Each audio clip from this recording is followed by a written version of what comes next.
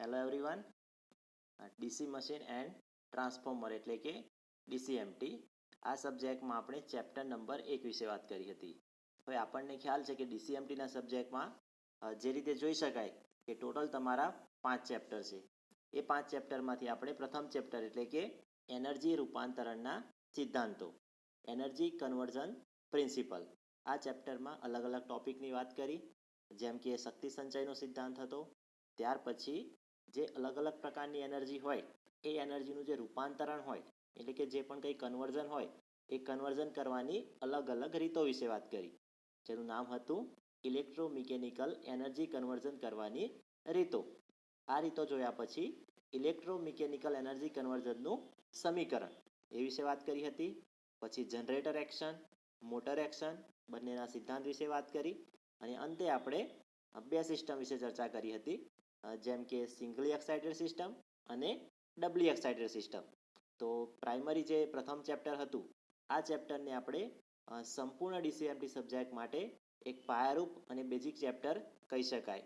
એટલે આ ચેપ્ટર વિશે તમને પ્રેક્ટિકલ ખ્યાલ હોવો ખૂબ જ જરૂરી છે, કેમ કે ચેપ્ટર નંબર 1નું જો પ્રેક્ટિકલ નોલેજ હોય તો એ નોલેજના બેઝ ઉપર દરેક ચેપ્ટરમાં આપણે એપ્લિકેશન પ્રમાણે એનો ઉપયોગ કરીશું. તો હવે આપણે આજના લેક્ચરમાં ચેપ્ટર નંબર 2 એટલે કે ડીસી જનરેટર એ વિશેનો પ્રાથમિક પરિચય મેળવીશું. તો હવે આપણે સ્ટાર્ટ કરીશું ચેપ્ટર નંબર 2, જેનું નામ છે ડીસી જનરેટર. તો જે રીતે તમને સ્ક્રીન ઉપર દેખાતું હશે કે ચેપ્ટર નંબર 2 જેનું નામ છે ડીસી જનરેટર. તો ચેપ્ટર નંબર 2માં અલગ અલગ પ્રકારના કન્ટેન્ટ આપેલા છે. એ કન્ટેન્ટ પૈકી જોઈ શકાય કે સૌપ્રથમ તો પ્રાથમિક પરિચય આપેલો છે અને ત્યાર પછી ડીસી જનરેટરનો સિદ્ધાંત. એ કોઈપણ ચેપ્ટર સ્ટાર્ટ કરતા પહેલાં હંમેશા એ ચેપ્ટર વિશે ઓવરવ્યૂ મેળવવો ખૂબ જ જરૂરી છે. એટલે સૌપ્રથમ આપણે આખા ચેપ્ટરનો ઓવરવ્યૂ મેળવીશું અને ત્યાર પછી જે રીતે ચેપ્ટરનું હેડિંગ છે ડીસી જનરેટર, તો ડીસી જનરેટર કયા પ્રિન્સિપલ ઉપર કાર્ય કરે છે અને કઈ રીતે પોતે એનર્જીનું કન્વર્ઝન કરે છે તેને ખૂબ સારી રીતે આપણે એનિમેશન અને ફિગર દ્વારા સમજીશું. તો અલગ અલગ પ્રકારના કન્ટેન્ટ છે. સિદ્ધાંત જોયા પછી ડીસી જનરેટરમાં જે અલગ અલગ પાર્ટ હોય એ દરેક પાર્ટ વિશે આપણે ખ્યાલ મેળવીશું અને ત્યાર પછી ડીસી જનરેટરના અલગ અલગ પ્રકારો, જેમ કે સેલ્ફ એક્સાઇટેડ અને સેપરેટલી એક્સાઇટેડ, તો બંને પ્રકાર વિશે ખ્યાલ મેળવીશું અને દરેક પ્રકારનું આપણે ગાણિતિક સૂત્ર ડિરાઈવ કરીશું. તો સ્ટેપ બાય સ્ટેપ આપણે જોઈશું ચેપ્ટર નંબર 2 જેનું નામ છે ડીસી જનરેટર. તો સૌપ્રથમ આપણે વાત કરીશું એના પ્રાથમિક પરિચય વિશે. તો દરેકને ખ્યાલ હશે કે હાલના જે જમાનામાં ડીસી જનરેટરનો ઉપયોગ ખૂબ જ ઓછો થઈ ગયો છે. કેમ ઓછો થઈ ગયો છે? તો એ સમજતા પહેલાં દરેકને એટલો ખ્યાલ હોવો જોઈએ કે એસી અને ડીસી બંને સપ્લાય વચ્ચે મુખ્ય ફર્ક શું હોય. કોને તમે એસી સપ્લાય કહેશો અને કોને તમે ડીસી સપ્લાય કહેશો. એટલો તો દરેકને ખ્યાલ હશે કે આપણા ઘરે જે સપ્લાય આવે છે એ સપ્લાયને આપણે કહીશું એસી સપ્લાય. અને એ પણ કેવો એસી સપ્લાય? તો સિંગલ ફેઝ એસી સપ્લાય. કેમ એસી સપ્લાય કહીશું? તો આપણને એટલો જ ખ્યાલ હશે કે આપણા ઘરે જે સપ્લાય આવતો હોય એનું જે વોલ્ટેજ લેવલ હોય એ કેટલું હોય છે? 230 વોલ્ટ અને એની ફ્રીક્વન્સી હોય છે 50 હર્ટ્ઝ. એથી એને આપણે કહીશું એસી સપ્લાય. પરંતુ મિત્રો એવું હોતું નથી કે વોલ્ટેજ તમારા 230 વોલ્ટ હોય એટલે એને એસી સપ્લાય કહી શકાય. તો આપણે ખ્યાલ મેળવીએ કે કોને એસી સપ્લાય કહેશું અને કોને ડીસી સપ્લાય કહેવાય. તો એ માટે સ્ક્રીન ઉપર તમને ફિગર આપેલી છે એસી સપ્લાય અને ડીસી સપ્લાય વચ્ચેના તફાવતની. તો સૌપ્રથમ જે તમને ઉપર દેખાય છે ફિગર નંબર 1, એને આપણે કહીશું એસી સપ્લાય. દરેકે મિત્રો જોયું હશે એક પ્રકારનું સાઇન વેવ અથવા એને સિનુસોડિયલ વેવફોર્મ કહી શકાય. એ વેવફોર્મમાં શું હોય છે? તો સૌપ્રથમ વેવફોર્મ તમારું પોઝિટિવ ડાયરેક્શનમાં જશે, પછી નેગેટિવ, પોઝિટિવ, નેગેટિવ, એ રીતે કન્ટિન્યુઅસલી વેવફોર્મ તમારું પોઝિટિવ અને નેગેટિવ એમ બંને ડાયરેક્શનમાં ચાલ્યા કરશે. એને આપણે કહીશું એસી સપ્લાય. પરંતુ એસી સપ્લાયમાં શું હોય છે? તો કોઈ પણ એસી સપ્લાય હોય તો એ એસી સપ્લાયને પોતાનું મેગ્નિટ્યુડ હોય છે અને મેગ્નિટ્યુડની સાથે સાથે એસી સપ્લાયમાં જે કરંટ પસાર થતો હોય એ કરંટ બંને ડાયરેક્શનમાં હોય છે. એટલે એ કરંટ તમારો પોઝિટિવ દિશામાં પણ હોય છે અને એ કરંટ તમારો નેગેટિવ દિશામાં પણ હોય છે. એટલે એવું કહી શકાય કે એસી સપ્લાયમાં કરંટનું વહન બંને દિશામાં થાય છે. આગળની દિશામાં પણ થાય છે અને પાછળની દિશામાં, એટલે કે એસી સપ્લાયમાં રિવર્સ કરંટ પણ હંમેશા ફ્લો થતો હોય છે અને એને પણ પોતાનું મેગ્નિટ્યુડ હોય છે અને સમયની સાથે એ પોતે બદલાય છે. વેવફોર્મ પરથી જોઈ શકાય કે તમને જ્યાં ટાઈમ આપેલો છે તો ટાઈમની સાથે વેવફોર્મમાં અલગ અલગ ચેન્જ થતા હોય છે. હવે વાત કરીએ ડીસી સપ્લાયની. તો ડીસી સપ્લાયમાં ફિગર પરથી જોઈ શકાય છે કે જે ડીસી સપ્લાય હોય એ હંમેશા કોન્સ્ટન્ટ હોય છે, એટલે કે ડીસી સપ્લાયની વેલ્યુ અચળ હોય છે. જે રીતે વાત કરી કે એસી સપ્લાય પોઝિટિવ અને નેગેટિવ એમ બંને દિશામાં સમયની સાથે બદલાયા કરે છે. પરંતુ મિત્રો ડીસી સપ્લાયમાં એવું હોતું નથી. ડીસી સપ્લાય હંમેશા એક જ દિશામાં ગતિ કરે છે, એટલે કે એક જ દિશામાં આપણને મળતો હોય છે. એટલા માટે આપણે કહીશું ડાયરેક્ટ કરંટ અથવા તો ડીસી સપ્લાય, અને એ સપ્લાયને પણ પોતાનું મેગ્નિટ્યુડ હોય છે. બીજી એક વાત કરીશું ફ્રીક્વન્સીની. તો આપણને ખ્યાલ છે કે જે એસી સપ્લાય હોય એની ફ્રીક્વન્સી હોય છે 50 હર્ટ્ઝ, પરંતુ ડીસી સપ્લાયમાં ફ્રીક્વન્સી કેટલી હોય છે? 0 હોય છે. કેમ 0 હોય?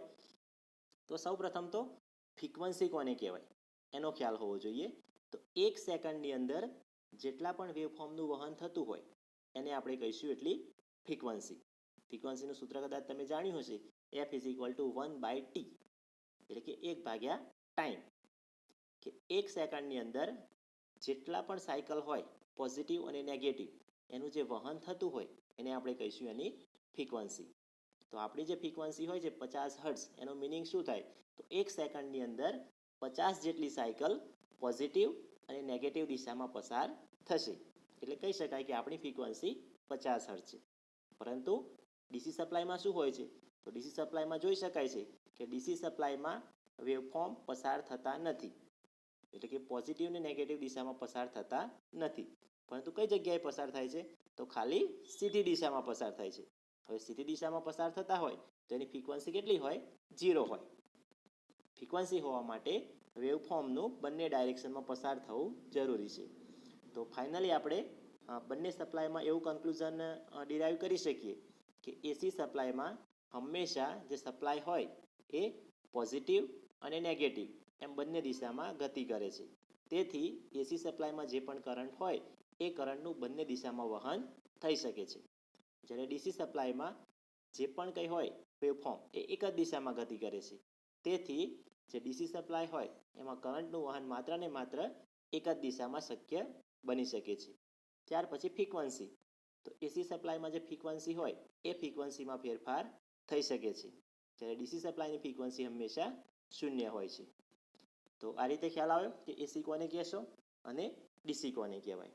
હવે ત્યાર પછી એસી અને ડીસી બંનેમાં કદાચ કોઈને એવો પ્રશ્ન થાય કે કયો સપ્લાય ખૂબ જ સારો અથવા તો કયો સપ્લાય ખૂબ જ ઉપયોગી. તો આપણને એટલો ખ્યાલ હોવો જોઈએ કે જે એસી સપ્લાય હોય ઓલ્ટરનેટિંગ અને જે ડીસી સપ્લાય હોય ડાયરેક્ટ. ઓલ્ટરનેટિંગનો મતલબ શું થાય? કે ઓલ્ટરનેટ કરવું, એટલે કે એક જે પેરામીટર હોય એ પેરામીટરમાંથી બીજા પેરામીટરમાં તમે ફેરફાર કરી શકો.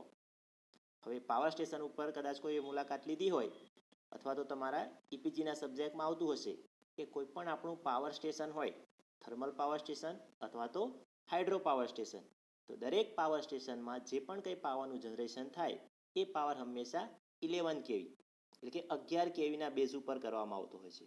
તો 11 કેવી જે પાવર જનરેશન થાય એ 11 કેવી પાવરને તમારે ખૂબ દૂર સુધી લઈ જવો હોય તો એને હંમેશા સ્ટેપ અપ કરવો જરૂરી છે. સ્ટેપ અપ કરવું એટલે કે એના વોલ્ટેજ લેવલમાં વધારો કરવો. તો જે પણ તમારું પાવર સ્ટેશન હોય ત્યાં 11 કેવીનું જનરેશન થયા પછી એની પાસે એક સ્ટેપ અપ ટ્રાન્સફોર્મર મૂકવામાં આવે છે. એ ટ્રાન્સફોર્મરની મદદથી 11 કેવીમાંથી 33 અથવા તો 11 કેવીમાંથી 66 કેવી એમ વોલ્ટેજને સ્ટેપ અપ કરવામાં આવે છે, એટલે કે વોલ્ટેજ લેવલમાં વધારો કરવામાં આવે છે. અને વધારો કર્યા પછી એ જે પણ તમને વોલ્ટેજ મળે 33 કેવી અથવા તો 66 કેવી એ વોલ્ટેજને દૂર સુધી ટ્રાન્સમિટ કરવામાં આવે છે. જો વોલ્ટેજ લેવલ વધારવામાં ના આવે તો શું થાય? તો આપણને ખ્યાલ છે કે જ્યારે પણ પાવર દૂર સુધી હંમેશા વહન કરતો હોય તો એ સમયે પાવરમાં લોસ થતા હોય છે. એટલે જો આપણે 11 કેવી પાવર મોકલીશું તો પાવરમાં લોસ થશે અને આપણને આઉટપુટ સાઇડ વોલ્ટેજ ઓછા મળશે. પરંતુ જો આપણે એને સ્ટેપ અપ કરીને મોકલીશું તો આપણે આઉટપુટ સાઇડ સારી એફિશિયન્સી મેળવી શકીશું. એટલે આ વસ્તુ એસી સપ્લાયમાં શક્ય બને છે. પરંતુ ડીસીમાં શું હોય છે? તો ડીસીમાં વોલ્ટેજ લેવલ હંમેશા ફિક્સ હોય છે. વોલ્ટેજ લેવલ જો તમારું ફિક્સ હોય તો એ વોલ્ટેજ લેવલમાં તમે ફેરફાર કરી શકતા નથી. એટલે એવું કહી શકાય કે ડીસી પ્રકારના સપ્લાયમાં જે પણ વોલ્ટેજ લેવલ હોય એ વોલ્ટેજ લેવલને સ્ટેપ અપ અથવા તો સ્ટેપ ડાઉન કરી શકાતું નથી. તો એસી સપ્લાયમાં આ એક ખૂબ જ સારો ફાયદો છે કે જે પણ તમારું વોલ્ટેજ લેવલ હોય એ વોલ્ટેજ લેવલને તમે સહેલાઈથી વધારી પણ શકો છો અને એને તમે ઘટાડી પણ શકો છો. ચલો, એક ફાયદો તો આપણને મળી ગયો એસી સપ્લાયમાં. ત્યાર પછી અન્ય એક વાત કરીશું કે પાવર લોસ.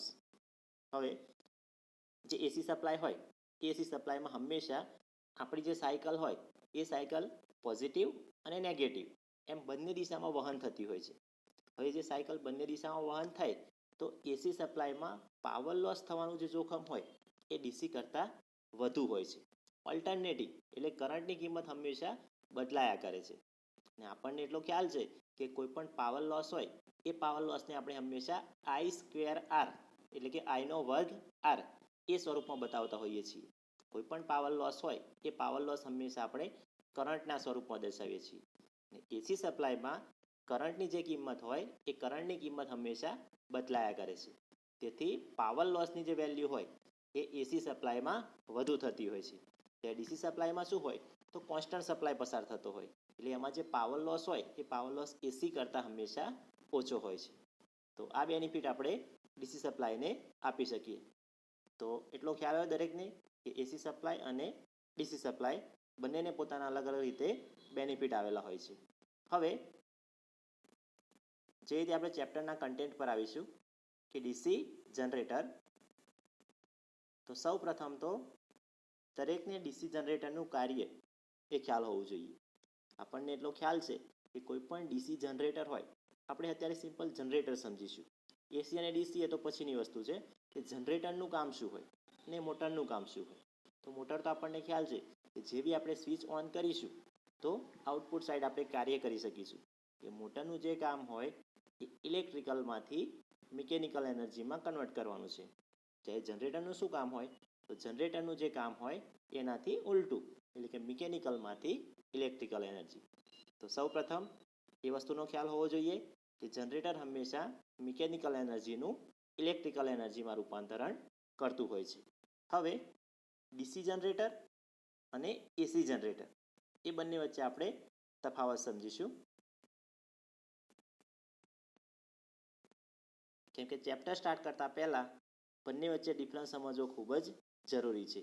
ડીસી જનરેટર વિશે આપણે આખા ચેપ્ટરમાં ખ્યાલ મેળવીશું, પરંતુ એ એસી કરતાં કઈ રીતના અલગ પડે છે એ જાણવું આપણા માટે ખૂબ જ જરૂરી છે. તો જોઈશું સ્ટેપ બાય સ્ટેપ. તો કોઈ પણ જનરેટર હોય એસી અથવા તો ડીસી બંને જનરેટરનું કામ શું હોય તો હંમેશા મિકેનિકલમાંથી ઇલેક્ટ્રિકલ એનર્જી. એવું કહી શકાય કે બંને જનરેટરનું કાર્ય સરખું જ હોય છે. ત્યાર પછી કરંટની દિશા. હવે આપણને ખ્યાલ છે કે એસી હોય એમાં કરંટ હંમેશા બંને દિશામાં વહન કરી શકે. એટલે કે એસી જનરેટરમાં જે કરંટની દિશા હોય એ કરંટની દિશા બંને ડાયરેક્શનમાં હોય છે, પોઝિટિવ અને નેગેટિવ. જ્યારે ડીસી જનરેટર હોય એમાં હંમેશા કરંટની દિશા એક જ ડાયરેક્શનમાં હોય છે. ત્યાર પછી કોમ્યુટેટર. હવે કોમ્યુટેટર વિશે આપણે ડિટેલમાં હવે પછીના લેક્ચરમાં સમજીશું, પરંતુ હાલ પૂરતું આપણે એટલું યાદ રાખવાનું છે કે કોમ્યુટેટરનું કામ શું હોય. તો કોમ્યુટેટરનું કામ એસી સપ્લાયમાંથી ડીસી સપ્લાયમાં કન્વર્ટ કરવાનું હોય. કોઈ પણ એસી સપ્લાય હોય એમાંથી ડીસી સપ્લાયમાં કન્વર્ટ કરવાનું હોય. તો એસી જનરેટર છે તો એસી જનરેટરમાં તો કોમ્યુટેટરની જરૂરિયાત પડતી નથી, કેમ કે ઓલરેડી આપણને એસી આઉટપુટ મળે છે. એટલે એસી જનરેટરમાં કોમ્યુટેટરની જરૂર પડતી નથી. પરંતુ ડીસીમાં કેમ જરૂર પડે છે? તો મિત્રો કોઈ પણ જનરેટર હોય તો હંમેશા એ આઉટપુટ તો પહેલાં કયા ફોર્મમાં આપે છે? એસીના ફોર્મમાં જ આપે છે. ભલે જનરેટર તમારું ડીસી કહી શકાય, પરંતુ જનરેટરનું આઉટપુટ હંમેશા પ્રથમ કયા ફોર્મમાં હોય છે? એસી ફોર્મમાં હોય છે. એટલા માટે એને ડીસીમાં કન્વર્ટ કરવું જરૂરી છે. તો એસીમાંથી ડીસીમાં કન્વર્ટ કરવા માટે એક ડિવાઇસ છે જેનું નામ છે કોમ્યુટેટર. તો એ કોમ્યુટેટરનો ઉપયોગ કરી અને સહેલાઈથી આપણે એસીમાંથી ડીસીમાં કન્વર્ઝન કરી શકીએ છીએ. તો એટલા માટે કોમ્યુટેટરનો ઉપયોગ ડીસી જનરેટરમાં થતો હોય છે. ત્યાર પછી સ્મોલ ઇલેક્ટ્રિક એપ્લિકેશન એટલે કે એપ્લિકેશન બેઝ વાત કરીશું કે એસી જનરેટર અને ડીસી જનરેટર એ બંને કઈ જગ્યાએ વાપરી શકાય. તો જે તમારા એસી જનરેટર હોય એ હંમેશા સ્મોલ પ્રકારની એપ્લિકેશનમાં, એટલે કે જે પણ કંઈ નાના કાર્યો હોય, બરાબર, નાના કાર્યો એટલે કે જે કાર્ય કરવા માટે ઓછું વોલ્ટેજ લેવલ જરૂરી હોય એ કાર્યો કરવા માટે એસી જનરેટર વાપરી શકાય છે. ત્યારે ડીસી જનરેટર કઈ જગ્યાએ વપરાશે? તો જે મોટા મોટા ઉદ્યોગો હોય અથવા તો કોઈ મોટી પ્રકારની મોટર હોય કે જ્યાં હંમેશા પાવર લેવલની જરૂરિયાત વધુ હોય તો એ જગ્યાએ ડીસી જનરેટર વાપરી શકાય છે. ત્યાર પછી મેન્ટેનન્સની વાત કરીશું. તો મેન્ટેનન્સ એસી જનરેટરમાં ઓછું હોય છે, જે ડીસી જનરેટરમાં એની કમ્પેરિઝનમાં મેન્ટેનન્સ વધુ હોય છે. ત્યાર પછી જે રીતે હાલ વાત કરીએ આપણે કે વોલ્ટેજ લેવલમાં ફેરફાર, તો જે ઓલ્ટરનેટિંગ હોય એનો આપણે વોલ્ટેજ લેવલમાં ફેરફાર કરી શકીએ છીએ. ટ્રાન્સફોર્મરની મદદથી વોલ્ટેજ લેવલને સ્ટેપ અપ અથવા તો સ્ટેપ ડાઉન બંને કરી શકાય છે. ત્યારે ડીસીમાં વોલ્ટેજ લેવલ હંમેશા ફિક્સ એટલે કે અચળ હોય છે. એટલે ડીસી પ્રકારના જનરેટરમાં વોલ્ટેજ લેવલમાં કોઈ ફેરફાર કરી શકાતો નથી. ત્યાર પછી વાત કરીશું એફિશિયન્સીની. તો એફિશિયન્સી હંમેશા એસી જનરેટરમાં ડીસીની સાપેક્ષે વધુ હોય છે. એસી જનરેટરની એફિશિયન્સી લગભગ 100ની નજીક હોય છે.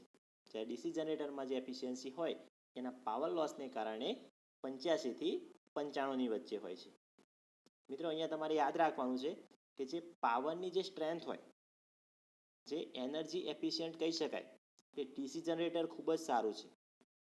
બરાબર, એનર્જી એફિશિયન્ટ આપણે ડીસી જનરેટરને કહીશું કે સતત જો તમારે પાવર જોઈતો હોય એક ધારો અથવા એક ધારે તમારે જો વોલ્ટેજ જોઈતા હોય તો એ વોલ્ટેજ તમે ડીસી જનરેટરની મદદથી મેળવી શકો છો. એટલે કે એનર્જી એફિશિયન્ટ કોને કહી શકાય? તો ડીસી જનરેટરને. પરંતુ જ્યારે એફિશિયન્સીની વાત આવશે તો એફિશિયન્સી હંમેશા એસી જનરેટરની વધુ હોય છે. ડીસીમાં કેમ ઓછી હોય છે? તો ડીસીમાં અલગ અલગ પ્રકારના લોસ થતા હોય છે, જેમ કે copper loss, hysteresis loss, eddy current loss. આ દરેક લોસની આપણે પછીથી વાત કરીશું, પરંતુ એ દરેક લોસને કારણે ડીસી પ્રકારના જનરેટરમાં જે એફિશિયન્સી હોય એ એસી કરતાં ઓછી હોય છે. અને પછી વાત કરીશું આપણે એની કિંમતની.